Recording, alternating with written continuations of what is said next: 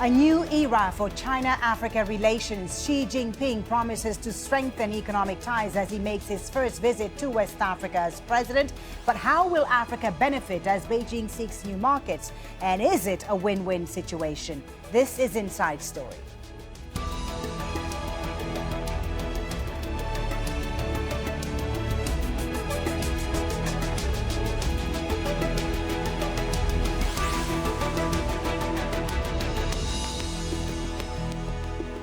Hello and welcome to the program. I'm Folly Thibault. China has had a strong presence in Africa for years. Beijing has built countless roads, buildings, and provided economic support right across the African continent. Now it looks set to conquer even more markets as a result of U.S. President Donald Trump's new trade tariffs. Chinese President Xi Jinping is on a four-nation tour of Africa with stops in Senegal, Rwanda, South Africa, and Mauritius. The visit to Senegal was Xi's first trip to West Africa as leader. At a joint news conference with Senegalese President Macky Sall, he said Africa was China's natural ally and announced several new deals. We have attended the signature of a slew of cooperation agreements in various domains, ranging from justice, economic, and technical cooperation, infrastructures, promotion of human capital and civil aviation. The development of China will bring more opportunities to Africa, and the development of Africa will bring a new energy to the development of China. Well, China is Africa's biggest trading partner. According to the Chinese Ministry of Commerce, trade between the two sides accounted for nearly $170 billion last year. Chinese exports to Africa reached $94.7 billion, while African countries imported $75 billion worth of Chinese goods. Beijing has several large-scale projects across the continent as part of its so-called Belt and Road Initiative, which aims to provide a link to 70 countries across Southeast Asia, the Middle East, Europe, and Africa. The Chinese government has also provided at least $86 billion in loans over a decade to finance over 3,000 projects in Africa. That includes a highway linking Senegal's capital, Dakar, to its second main city, Touba, and Ethiopia's $475 million light railway system in Addis Ababa, of which 85% was funded by China. Well, let's bring in our guests for today's Inside Story. Joining us in Beijing, Wang, an analyst at the Economist intelligence unit. In Senegal's capital, Dakar, Adama Gaye, a journalist and former director of information at the Economic Community of West African States. And in Nottingham in the UK, Andreas Fulder, a lecturer at the University of Nottingham. Welcome to you all. Thank you so much for being with us on Inside Story. Adama Gaye in Dakar, if I can start with you. Senegal has become the first African country on the Atlantic coast to sign up for the Belt and Road Initiative. Beijing is clearly very keen to expand and extend its influence. But what is Senegal getting out of it? Look, Senegal has restored its diplomatic ties with China in 2005, October 2005. Ever since, Beijing has increased its investment in Senegal. First of all, on the cultural front, we have seen China building a cultural center that's called the Big Theater, where most of the cultural activities are being organized in Senegal. There is a museum for culture of African affairs in Senegal. You have also China building currently a very important highway that is costing almost $800 million, going to a very important religious town, Touba. And not to forget, during this time, the visit of President Xi Jingping, the commissioning of an arena for wrestling, which is a very popular sport in Senegal. So overall, China is bringing financial muscle and its capacity to build infrastructures in Senegal. This is the most visible thing in this cooperation. But on the other hand, it's the political ties that China is expecting to build with Senegal. In the case of Senegal, indeed, China coming here provides Senegalese a diplomatic clout that other powerful countries like America, like France, and the Turkey and other emerging nations of the world are clearly looking at in order to see Senegal also for themselves as partner. But China has clearly taken the lead in this relationship. And that's probably what this will be consolidated through this visit of President Xi Jinping in Senegal. Okay, let me bring in Dan Wang in Beijing. Dan, Xi says China sees Africa as its natural ally. I guess it's no coincidence that it's on this charm offensive now, given this looming trade war with America. But I wonder, will this relationship, will this increased relationship with Africa make up for the shortfall? Will it give China a boost, a more dominant position vis-a-vis America and the rest of the West? Well, in the short term, I don't see that the strengthened China-Africa relation would have a big impact on the China-U.S. relation. In fact, this is a critical moment for China to strengthen its relation with Africa, with Europe, in the backdrop of this escalated trade war with the U.S. But overall, in terms of trading partners, in terms of global influence, the U.S. is not replaceable. But at this point, it's actually a pretty sensitive point for Xi Jinping to visit Africa, since the Belt and Road Initiative is President Xi's legacy, and Africa is playing a key role in it. And Xi chose his time to visit is also at a very critical, sensitive political moment domestically, because in about 1 week, the Beidaihe meeting, which is a top secretive closed-door meeting in China that will set the coming year agenda with all the important Chinese politicians together. Right. So if Xi has any doubt over the domestic political stability, he wouldn't have gone for this long tour in Africa. Let me ask you about the choices, the countries he chose to visit. At first look, Rwanda and Senegal appear to be unusual choices for President Xi's visit, given that they don't receive a large amount of investment from China or are they large countries in terms of population. Why did he choose these countries specifically? What is he trying to get from them? This is a carefully chosen set of the countries for sure, because for China, its largest investment actually is set in Eastern African countries, where the political environment is more stable and a lot of resources. Tanzania was actually the first country that Xi visited when he took the office. But in recent years, relations with those countries hasn't been the most smooth, especially with Tanzania. China didn't get a few of the most key infrastructure projects, including the Tanzania Railway. So there is a need for China to set an example of what kind of relationship it wants. In fact, the smaller countries like Rwanda, like Senegal, would be a better choice for China at this point. All right, let's bring in Andreas to the conversation. Andreas, what do you see as China's short and long-term agenda in Africa? Sure. I think in the short term, it's mostly a public relations exercise. You know, these grandiose projects, these pet projects of Xi Jinping, they certainly make great headlines. And it's actually an easy sell to the African population to say, we'll bring infrastructure, we'll improve the interconnectivity between these, for example, East African countries. But you see, the devil is in the detail. And many of these development projects are actually loan-based. And for example, for these East African countries like Ethiopia, South Sudan, Kenya, you mentioned Rwanda, also Burundi and Tanzania, they have actually borrowed close to $10 billion to, for example, develop these railways, which will link up the various cities in East Africa. But about 80% of the funding comes from China. And these are loans and not grants. So at one point, they will have to service their loans, and they will have to pay them back. And so if you have Chinese bankers to deal with, this can become an issue in the future.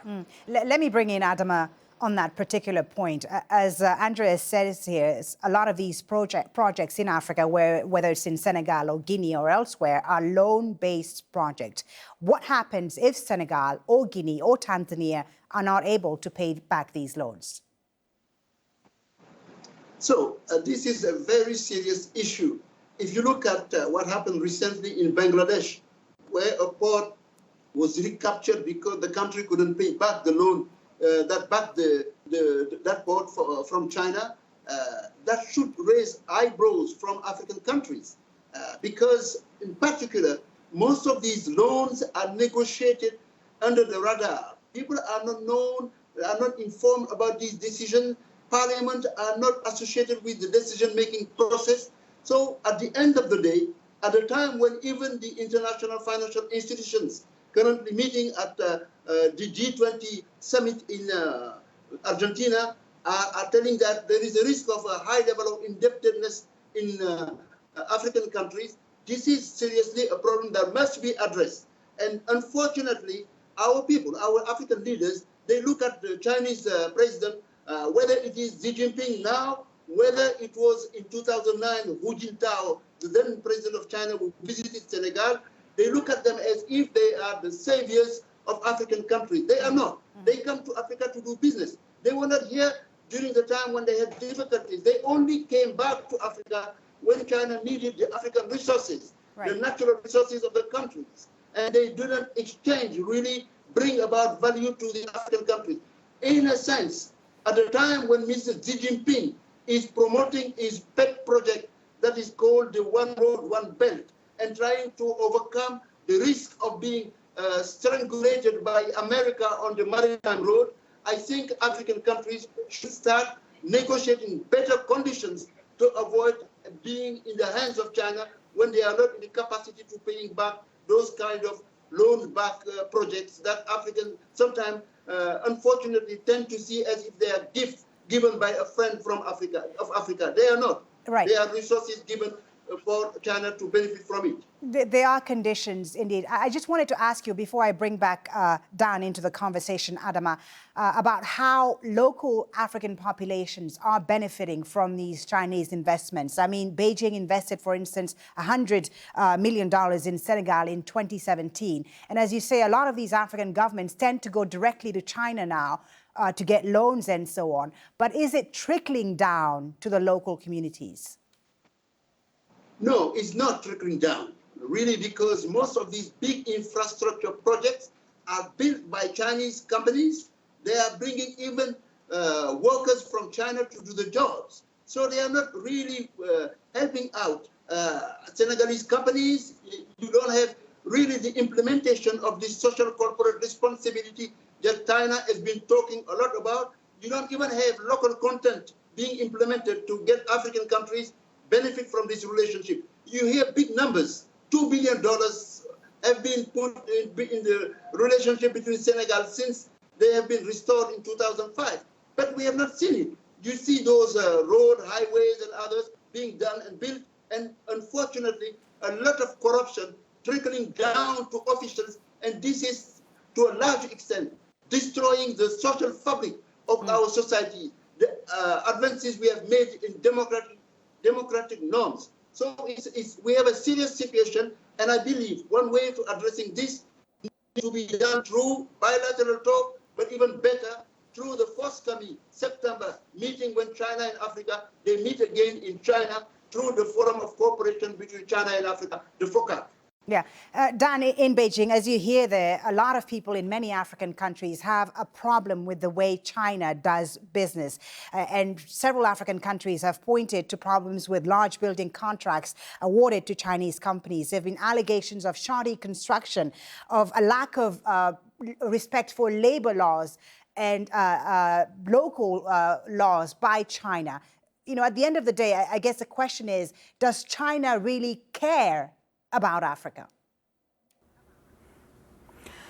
A short answer is yes, but not in the same way as they care about Chinese people. So what Chinese government want is to create jobs, sell its domestic overcapacity to Africa, and also to get market access in this large continent. And for Chinese companies, it wants to make money. But I would have to say that a lot of those bad things happen, environmental issues, labor issues, will get attention. Sorry to interrupt you. So for China, it's about making money at all costs, no, regardless of you know what happens locally. I think it depends on the industry. It depends on the company.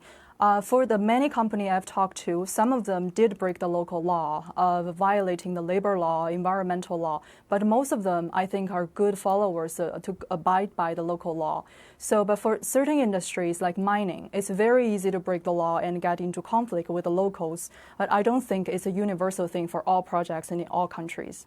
What about the issue of loans? A lot of these countries have taken up huge loans, and there is concern that, you know, if some of these countries, whether it's Senegal or Guinea, are unable to pay their debts towards China, that they might have to turn over some of their assets to Beijing. Is that what's going to happen at the end? Right. This is indeed a dilemma for both countries, actually. For China, many of those projects are not profitable, but it has to lend the loans in order to use up some of its productivity and also export some of the products. But for the local government, it also wants to develop, wants to build transport infrastructure and so on. But then the model has become gradually evolved into this resource in exchange for infrastructure model. In the end, there can be some conflict in a few years when a lot of those countries default on different projects. Andreas, what is your thought on this? And do you think China has a paternalistic attitude towards Africa as the former colonial powers like Britain and France did? And, you know, they claim they were bringing civilization to Africa. Is it different when it comes to China? Is it more subtle than that? I think it's actually slightly different. What seems to be happening here is the use of finance to actually gain access to important assets. So, for example, the example given on the port in Sri Lanka, that port didn't make any sense from a commercial standpoint. But the Chinese managed to convince the Sri Lankan government that this would be a good idea. It wasn't. It was a very costly affair. The government couldn't service the debt, had to kind of give the port, it's now under Chinese control. And it doesn't have actually much commercial value, but of course it will be extremely valuable for the PLA Navy, for example, in the future. So I think there is actually a nexus between commerce and security, and more importantly, the military. And in areas which are close to the South China Sea, that is actually quite concerning. Mm-hmm. How dependent is China on African resources, Andreas? Sure. I mean, in places like South Sudan, for example, China made very considerable investments in the infrastructure in terms of oil extraction. Mm-hmm. And so it had also to think about transportation links and to protect those investments by engaging in UN peacekeeping, which is actually quite interesting, given China's take on sovereignty and non-intervention. But having said that, much of the resource extraction requires good transportation links, and this may also drive the Chinese investment in railway projects in East Africa, for example. Right. Adama, Gaye in Dakar, I want to talk about the politics now of this all. A lot of African governments will say to you today that they like doing business with China because there are no political strings attached. China doesn't demand good governance in the countries that it does business with. Is that necessarily a good thing for Africa? Look, this is something you need to mitigate a little bit. We have heard oftentimes that China is not putting conditionalities in its dealing with the rest of the world. That said, you have to look at the one China policy. This is the most important single conditionality that China put forward. If you don't have a relationship with, if you have a relationship with Taiwan, China culture is tied with you. So today, only one African country, Swaziland, has a relationship with Taiwan to indicate that China knows how to put pressure on African countries. Is it good or bad? I think sometimes it's a bit problematic because we African countries, we have really advanced on the democratic front. We like pluralism, we like freedom. We need to monitor the leaders. We don't want relationships that are state-centered, that where African leaders will only be dealing with Chinese leaders. So this is a very serious problem. And at this time, it is even more important in the light of the role, the more powerful, exorbitant role that Mr. Xi Jingping is playing, because he is currently almost in the mold of an emperor in China. So he is addressing and facing African leaders who are mostly very weak, precisely because of democratic challenging they are facing within their country. So in a way, I think that we need to accept the China model, understanding that is a 1.3 billion country, a very wide, almost a mega state nation. But on the other hand, because we are fragmented nations, they need to accept who we are and deal with us without trying to take advantage from their vantage point. I do believe that the African Union should start taking the lead so that there is an African voice coordinated to say that there are certain things that we cannot negotiate. Our freedom, our natural resources, the capacity of a balanced relationship, refusal of a new colonial model whereby China will take our resources, natural resources, and send us back its weak products, sending its prisoners and other laborers coming into Africa. They need really to have a dialogue that is really in a win-win relationship, not just in rhetorical terms, but in pragmatic and in real terms. So far, this is not the case because we don't have African leaders with the capacity to speak out. They seem to be in awe when they meet Chinese authorities. So we want a relationship with China, but it has to be discussed and debated in frank way. So you think a more unified voice from Africa when it comes to dealing with China, Adama. Dan Wang, on the issue of politics, it's a very delicate issue when it comes to the relationship between Africa and China. How long can China stay removed from the non-interference policy that it has towards Africa, especially if it needs to protect some of its assets on the African continent? I think it will it will keep the status quo like this with no strings attached, but just infrastructure for a long time. One simple reason is that China has its own problems. Right now, to solve its own problems, the best strategy for it is actually to build Africa instead of exporting its values. Especially at present time, China doesn't have a soft power or unified value to give, like democracy or things like that. Some people are talking about harmonious development or Confucius, but none of those concepts are strong enough to actually make China to stand in Africa. All right, your thoughts on this, Andreas Folder. Do you think that China can maintain this policy of non-interference in the politics of the countries that it deals with? Well, I think whenever you engage financially or economically with another country, you do actually interfere into like the political structure, the economic structure, the power structure. So in that sense, any kind of engagement is kind of disturbing the status quo. But that said, at one point, there will be conflicts in the Chinese-African relationship. And one way to mitigate those coming conflicts would be for China to actually become part of the OECD Development Assistance Committee so that actually China as a new donor abides by international standards when it comes to development assistance, when it comes to financial cooperation, technical cooperation, etc. Because right now, China is not part of the OECD DAC. It means that there's very little coordination with other donors. There's very little kind of learning from other donors or sharing of good practice.